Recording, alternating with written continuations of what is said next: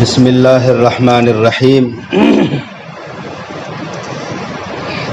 نحمده ونصلی علی رسولہ الکریم اما بعد اعوذ باللہ من الشیطان الرجیم بسم اللہ الرحمن الرحیم وما ارسلناک الا رحمتا للعالمین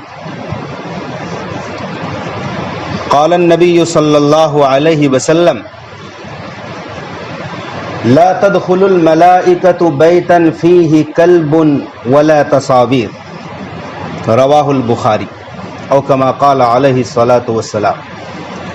درود پاک پڑھے اللہم صلی علی محمد وعلی آل محمد کما صلیت علی ابراہیم وعلی آل ابراہیم انک حمید مجید، اللہم بارک علی محمد وعلی آل محمد کما بارکت علی ابراہیم وعلی آل ابراہیم انک حمید مجید۔ سورج اور چاند اللہ تبارک و تعالی کی دو بڑی نشانیاں ہیں۔ سورج در حقیقت آگ کا ایک بہت بڑا گولا ہے جس سے ہمیں روشنی اور گرمی دونوں ملتی ہے، لیکن اللہ تعالیٰ کبھی کبھی اپنی قدرت دکھلانے کے لیے وقتی طور پر سورج کی روشنی کو سلب کر لیتا ہے، چھین لیتا ہے۔ تو کبھی دن میں سورج بے نور ہو جاتا ہے، اسے سورج گرہن کہتے ہیں۔ کبھی رات میں اللہ چاند کی روشنی کو چھین لیتا ہے، اسے چاند گرہن کہتے ہیں۔ حکم یہ ہے کہ جب چاند میں گرہن لگے تو انفرادی طور پر الگ الگ لوگوں کو نماز پڑھنی چاہیے، ذکر و تسبیح میں مشغول رہنا چاہیے اس وقت تک جب تک کہ چاند کا گرہن ختم نہ ہو جائے۔ اور جب سورج میں گرہن لگ جائے، سورج جب تاریک ہو جائے، دن میں اندھیرا ہو جائے، تو حکم یہ ہے کہ لوگوں کو مسجد میں یا کھلے میدان میں جگہ نہ ہو تو مسجد میں باجماعت نماز ادا کرنی چاہیے۔ پیارے آقا صلی اللہ علیہ وسلم کے زمانے میں ایک مرتبہ سورج گرہن ہو گیا۔ اب میں آپ کو بخاری شریف کا واقعہ سنا رہا ہوں۔ سورج گرہن ہو گیا، دن میں اندھیرا چھا گیا۔ صحابہ فرماتے ہیں کہ اللہ کے رسول صلی اللہ علیہ وسلم نے اس دن عجیب و غریب نماز پڑھائی، بہت لمبی نماز، بہت لمبی رکعت، اور قرآن بھی بہت زیادہ پڑھا گیا نماز میں۔ لیکن اس نماز میں عجیب بات یہ دیکھی گئی کہ دوران نماز اللہ کے نبی صلی اللہ علیہ وسلم کبھی آگے بڑھ جاتے ہیں نماز کی حالت میں ہی، اور کبھی پیچھے ہٹ جاتے ہیں۔ یہ صحابہ نے پہلی بار دیکھا تھا کہ نبی نماز پڑھا رہے ہوں اور نماز کی حالت میں کبھی آگے بڑھ رہے ہیں، کبھی پیچھے ہٹ رہے ہیں۔ نماز پوری ہوئی، صحابہ کرام چپ کہاں رہنے والے تھے؟ صحابہ کرام نے سوال کیا، یا رسول اللہ، آج پہلی بار دیکھا گیا کہ آپ نماز پڑھا رہے ہیں اور آگے بڑھ رہے ہیں، پھر پیچھے ہٹ رہے ہیں، کیا بات ہے؟ ہمارے آقا حضرت محمد مصطفیٰ صلی اللہ علیہ وسلم نے فرمایا کہ جب میں نماز پڑھا رہا تھا تو نماز میں میرے سامنے جنت پیش کی گئی، میں نے جنت کو دیکھا، جنت کے باغ و بہار کو دیکھا، تو میرے سامنے انگور کے خوشے پیش کیے گئے، تو میں انگور کو توڑنے کی طلب میں آگے بڑھ گیا۔ جنتی چیز ہے نا، میں انگور کو توڑنے کے لیے آگے بڑھا، وہ انگور کا خوشہ مجھ سے دور ہو گیا۔ پھر فرمایا اگر میں انگور کے خوشوں میں سے کوئی خوشہ توڑ لیتا، قیامت تک انگور کا خوشہ ختم نہیں ہوتا، کیونکہ جنت کی نعمت ابدی نعمت ہوتی ہے، وہاں کی نعمتوں میں زوال نہیں ہوتا، وہاں کے پھل فروٹ ختم نہیں ہوتے۔ اور میں پیچھے اس لیے ہٹا کہ جنت کا جب معائنہ ہو گیا تو میرے سامنے جہنم پیش کی گئی، جہنم کی آگ کے انگارے، تو میں جہنم کے خوف سے پیچھے ہٹ گیا، تو میں نے جہنم میں ایک عورت کو دیکھا۔ اب اصل بات سنو، جہنم کے اندر ایک عورت کو دیکھا کہ آگ میں جل رہی ہے، اور ایک بلی اس عورت کے چہرے پر پنجے مار رہی ہے، نوچ رہی ہے وہ بلی۔ تو ہمارے نبی فرماتے ہیں کہ میں نے پوچھا کہ اس عورت کا کیا جرم ہے، کیوں آگ میں جل رہی ہے؟ ایک تو یہی عذاب ہے، پھر اوپر سے بلی پنجے مار رہی ہے، نوچ رہی ہے، ڈبل عذاب ہے. کیا گناہ ہے اس عورت کا؟ تو بتایا گیا کہ اس عورت نے ایک بلی پال رکھی تھی، اس بلی کو باندھ دیا، نہ کھانے کو دیا نہ پینے کو دیا، بلی بھوکی پیاسی تڑپ تڑپ کر مر گئی. اللہ تبارک و تعالی نے اس عورت کو جہنم کا فیصلہ سنا دیا. نہ تو بلی کو چھوڑا کہ وہ خود حشرات الارض زمین کے کیڑے مکوڑوں سے کھا لیتی، اپنا پیٹ بھر لیتی، نہ ہی کھانے کو کچھ دیا. اس وجہ سے ایک بلی کو ستانے کے عوض میں اللہ تعالیٰ نے اس عورت کو جہنم میں داخل کر دیا. یہاں سوچیں، غور و فکر کریں.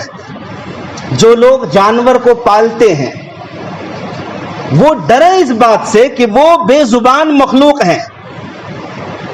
بلی پالنا جائز ہے.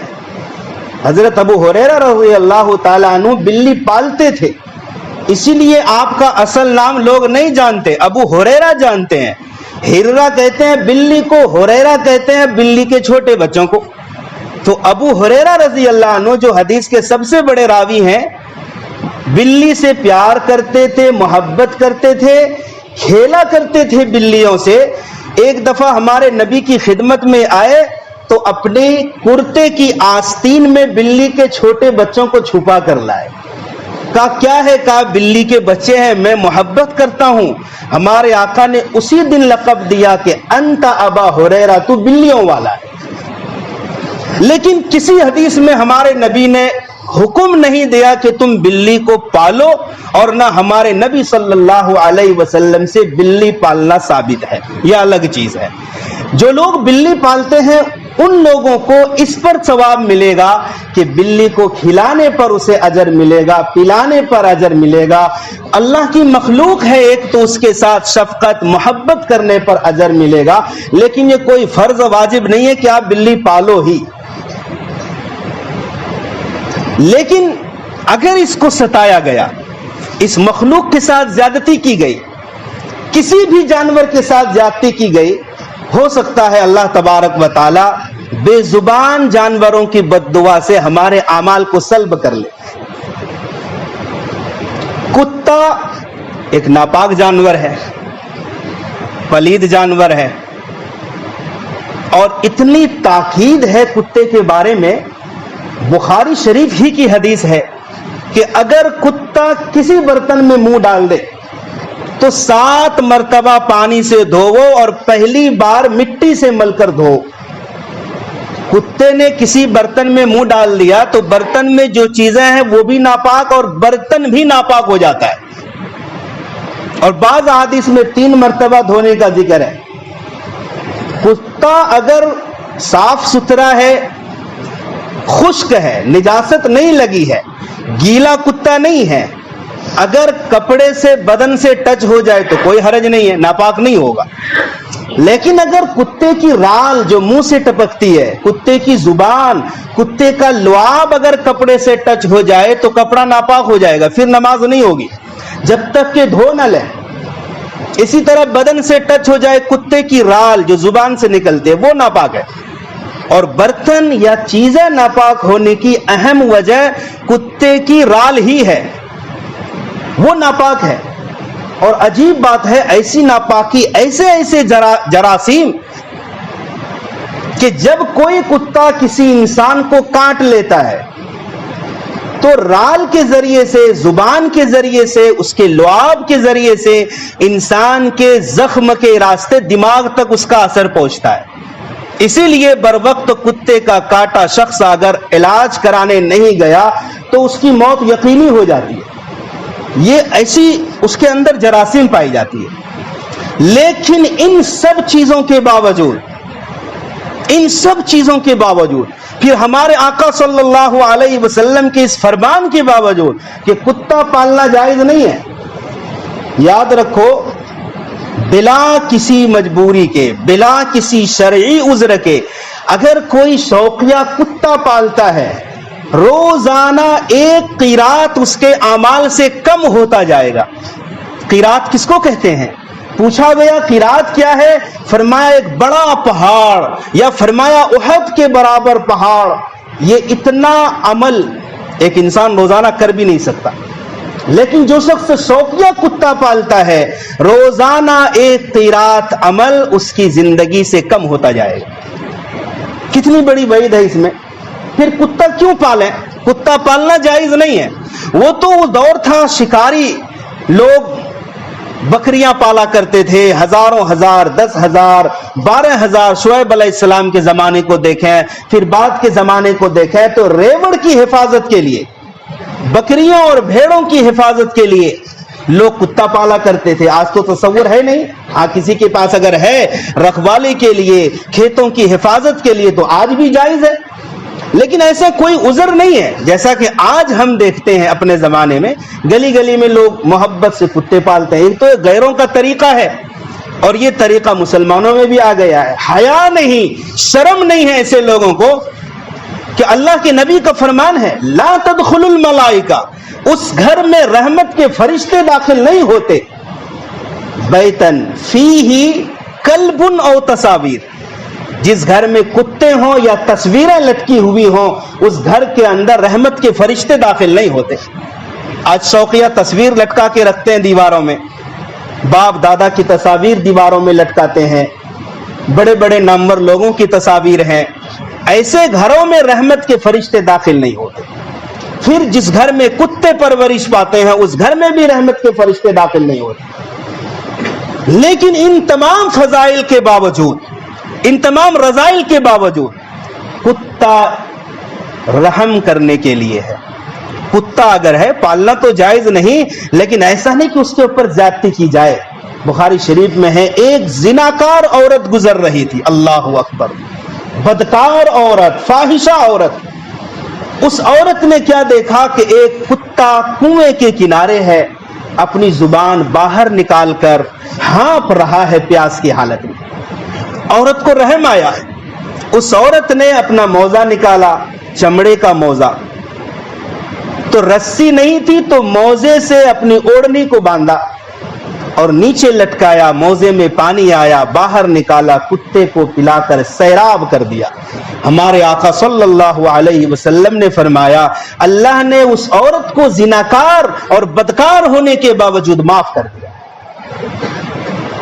مخلوق پر رحم کرنے کا یہ اجر ملتا ہے۔ اس حدیث میں بہت اہم بات ہے۔ ایک بات تو یہ ہے کہ چمڑے کا موزہ، چمڑے کے موزے ہی میں تو پانی آئے گا، کپڑے کے موزے میں پانی رک نہیں سکتا۔ چمڑے کا موزہ اللہ تبارک و تعالی کی طرف سے ہم سب کے لیے بہت بڑی نعمت ہے، خصوصاً سردیوں کے موسم میں۔ ایک دفعہ آپ وضو کر لیں، چمڑے کا موزہ پہن لیں، چمڑے کا ہونا چاہیے، وضو بنا کر چمڑے کا موزہ پہن لیں، اگلے 24 گھنٹے تک جب بھی آپ کا وضو ٹوٹے گا آپ نے پیر دھونے کی ضرورت نہیں ہے، مکمل وضو کریں اور پیر دھونے کی ضرورت نہیں، صرف موزے پر مسح کر لیں 24 گھنٹے تک۔ اور مسافر ہیں تو پھر 3 دن 3 رات تک۔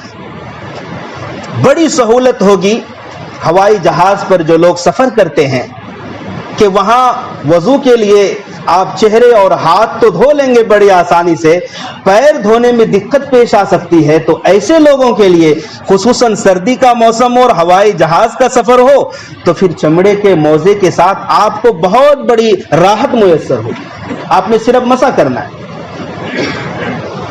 اس زمانے میں ایک اہم بات یہ بھی ہے، وہ عورت بدکار تھی، وہ عورت زناکار تھی، فاحشہ تھی، اس کے باوجود اوڑھنی کا استعمال ہے، دوپٹہ ہے۔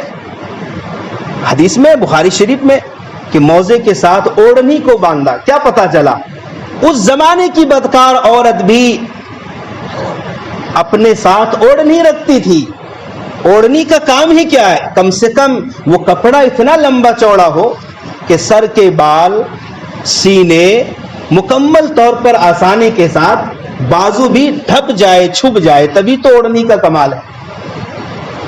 بخاری شریف ہی میں ایک مرد کا بھی واقعہ لکھا ہے کہ ایک شخص گزر رہا تھا، بڑی سخت پیاس لگی تو کنویں میں اترا. وہ زمانہ بھی بڑا عجیب ہوگا، پانی پینے کے لیے کنویں میں اترنا پڑا ان کو. پانی پیا، سیراب ہوا.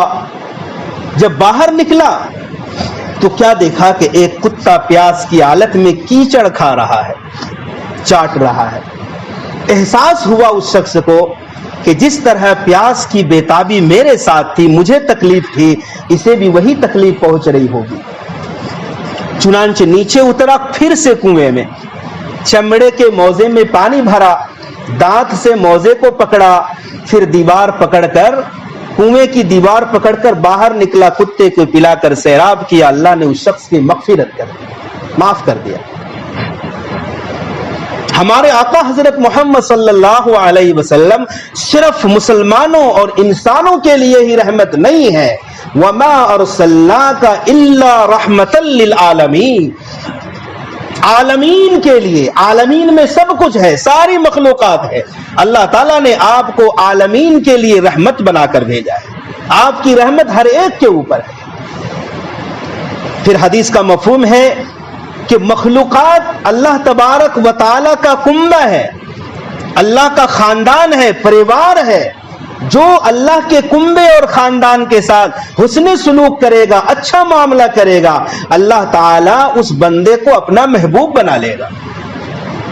اب مخلوقات میں سب ہے، مسلمان بھی ہے، غیر مسلم کافر بھی ہے، اور جانور بھی ہے، سارے انسان ہیں، سارے حیوانات بھی ہیں. ہر ایک کے ساتھ رحم کرم کا معاملہ کرنا چاہیے. گزشتہ حدیث سے ایک بات یہ بھی سمجھ میں آئی، عورت فاحشہ ہے، بدکار ہے، اللہ کی ایک مخلوق پر رحم کی اس عورت نے، اللہ نے مغفرت کر دی. اب سچ سچ بتاؤ، ہمارے نبی کی زبان سے اس عورت کی بدکاری کے بارے میں بتایا. وہ عورت نیک صالح نہیں تھی،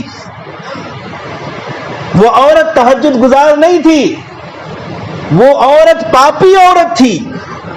رحم کی ایک مخلوق پر اللہ نے مغفرت کر دی. ہمیں اور آپ کو یہ کہنے کا حق کس نے دیا کہ میں نماز پڑھتا ہوں، سامنے والا نماز نہیں پڑھتا، میں اللہ کا مقرب بندہ ہوں، میں تو یہ کام کرتا ہوں، میں تو یہ کام کرتا ہوں، وہ بھی نہیں کرتا. بھائی وہ نہیں کرتا تو وہ جانے، اس کا رب جانے، اس کا معاملہ اس کے رب کے ساتھ جڑا ہوا ہے. ہمیں اللہ نے داروغہ بنا کر نہیں بھیجا ہے، ہمیں نصیحت کرنے والا بنا کر بھیجا ہے.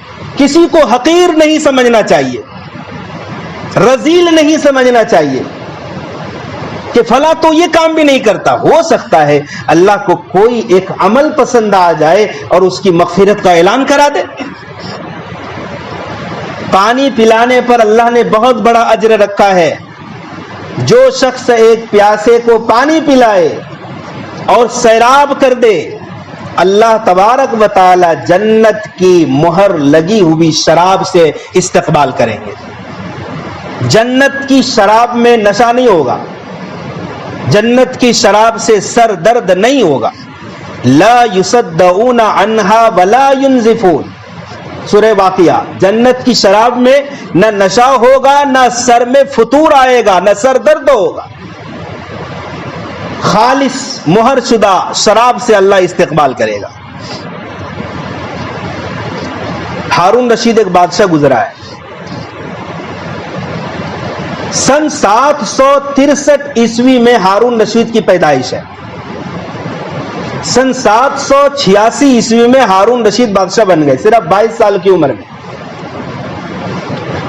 اور 809 عیسوی میں ہارون رشید کا انتقال ہو گیا. ہارون رشید کی کل عمر ہے 46 سال.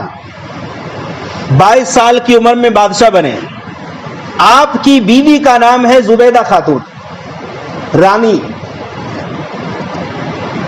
بہت بڑی دولت مند، نیک، پارسا، متقی، تہجد گزار، حافظ قرآن. یہ جاتی ہے حج کرنے. اور معلوم ہے آپ کو کہ مکے میں نہ کوئی نہر ہے، نہ کوئی ندی ہے، نہ کوئی دریا ہے. ایک زمزم کا چشمہ ہوا کرتا تھا. وہ بھی اس زمانے میں موٹر کا دور نہیں تھا کہ موٹر لگاؤ اور پورے مکے میں پانی پہنچاؤ، خود ڈول ڈالنا پڑتا تھا رسی کے ذریعے زمزم کے کنویں میں۔ تو رانی زبیدہ نے دیکھا کہ حاجی لوگ پانی کی وجہ سے مر رہے ہیں، پیاس کی وجہ سے مر رہے ہیں، بڑی قلت ہے مکہ مکرمہ میں۔ اللہ اکبر! اس سے پہلے رانی زبیدہ نے خواب دیکھا تھا، خواب بھی عجیب و غریب۔ خواب کیا تھا؟ ملکہ زبیدہ خواب دیکھتی ہے کہ میں حرم میں ہوں، خانہ کعبہ میں، ساری دنیا سے لوگ آ رہے ہیں اور ملکہ زبیدہ کے ساتھ خراب کام کر رہے ہیں۔ یہ خواب ہے۔ ملکہ زبیدہ نے اپنی خادمہ کو بھیجا، جاؤ وقت کے سب سے بڑے معبر جو خواب کی تعبیر بتلاتے تھے، علامہ ابن سیرین رحمت اللہ علیہ، ان کے پاس بھیجا خادمہ کو، جاؤ اس خواب کی تعبیر لے کر جاؤ۔ تو علامہ ابن سیرین نے جب خواب سنا تو کہا صحیح صحیح بتاؤ یہ خواب کس نے دیکھا ہے؟ کس لیے کہ تمہارا یہ خواب نہیں ہو سکتا، یہ کسی خوش قسمت کا خواب ہے۔ کہا جس نے بھیجا اس نے اپنا نام بتانے سے منع کیا ہے۔ کہا نام بتاؤ یا اجازت لے کر آؤ ورنہ میں خواب کی تعبیر نہیں بتاؤں۔ پھر اجازت لینے آئی، دوبارہ گئی تو علامہ ابن سیرین نے کہا ہاں یہ ملکہ زبیدہ خواب دیکھ سکتی ہے۔ اس خواب کی تعبیر یہ ہے کہ ملکہ زبیدہ سے اللہ تعالیٰ کوئی ایسا عظیم الشان کام لینے والے ہیں جس کام سے ساری دنیا کے لوگ فائدہ حاصل کریں۔ پھر وہی ہوا، ملکہ زبیدہ حج پر گئی، پانی کی قلت، حاجی لوگ پیاسے مر رہے ہیں، خصوصاً عرفات کے علاقے میں اور مزدلفہ میں پانی کہاں سے میسر آئے؟ یہاں ایک جانور کو پانی پلانے پر یہ اجر ہے۔ کیا کارنامہ انجام دیا ملکہ زبیدہ نے! مسلمانوں اور پھر حاجیوں کی جان بچانے کے لیے 17 لاکھ دینار، دینار کہتے ہیں سونے کے سکے کو، سونے کے سکے کو دینار کہتے ہیں، اور 17 لاکھ دینار اس زمانے میں ملکہ زبیدہ نے خرچ کیا۔ انجینئروں کو بلایا، کہا نقشہ تیار کرو کہاں سے پانی نکالو گے۔ مکہ مکرمہ سے شمال مشرق میں 35 کلومیٹر کی دوری پر حنین ایک جگہ ہے، وہاں پر ایک پہاڑی علاقہ ہے، طاد نام ہے اس کا۔ انجینئروں نے کہا کہ یہاں پانی کا لیول بہت اچھا ہے، یہاں کھدائی کر کے پانی نکالیں گے اور پورے مکے کے اطراف میں پھیلا دیں گے، لیکن ملکہ اس میں خرچ بہت آئے گا، ہزاروں مزدوروں کو بلانا پڑے گا، پہاڑوں کو تراشنا پڑے گا، زمین کو کھودنا پڑے گا، بہت لمبا خرچ آئے گا۔ ملکہ زبیدہ نے کہا کہ تم کدال چلاؤ، کھودو اور پہاڑوں کو تراشو، ایک ایک کدال مارنے پر اگر 1 درہم 1 اشرفی بھی لگے تو دے دو، اور یہ خرچہ ذاتی ہونا چاہیے میرا، یہ سرکاری خزانے سے نہیں چلے گا۔ ملکہ زبیدہ نے ذاتی خرچہ کیا۔ آج بھی سینکڑوں سال تک حاجیوں نے فائدہ اٹھایا، مکے والوں نے فائدہ اٹھایا، اور پھر مینا، مزدلفہ، عرفات میں جو لوگ حج عمرہ پر جاتے ہیں نا، وہ لوگ دیکھتے ہیں آج بھی ملکہ زبیدہ کے نہر کے دیواروں کے آثار موجود ہیں۔ اور جو لوگ نہیں دیکھے، جب وہ جاؤ تو گائیڈ سے پوچھنا، جب عرفات کی طرف جائیں، مزدلفہ کی طرف جائیں، کہ بھائی نہر زبیدہ کے آثار ہمیں دکھاؤ، تو وہ بتائیں گے پہاڑوں کے ساتھ آج بھی آثار نظر آتے ہیں سینکڑوں سال تک۔ پھر جب چیف انجینئر آیا پورا حساب لے کر، کا اتنا حساب ہوا اور کاغذ پیش کیا، تو اس وقت ملکہ زبیدہ دجلہ دریا کے کنارے تھی، کاغذ کے 2 ٹکڑے کیے، کاغذ کو پھاڑا ملکہ نے اور دریا میں پھینک دیا، اور وہ تاریخی جملہ کہا اس حساب کو اس حساب کے دن کے لیے میں نے چھوڑ دیا، میں نے کوئی حساب نہیں لینا، اے اللہ تو بھی میرا حساب نہ لینا۔ ایک نہیں سینکڑوں لوگوں کی جانیں بچائی۔ تو میرے دوستو بزرگوں، مخلوقات پر رحم کرنی چاہیے، جانوروں پر، حیوانات پر، اور پھر انسانوں پر اور مسلمانوں پر خصوصاً۔ اللہ تبارک و تعالی عمل کی توفیق عطا فرمائے۔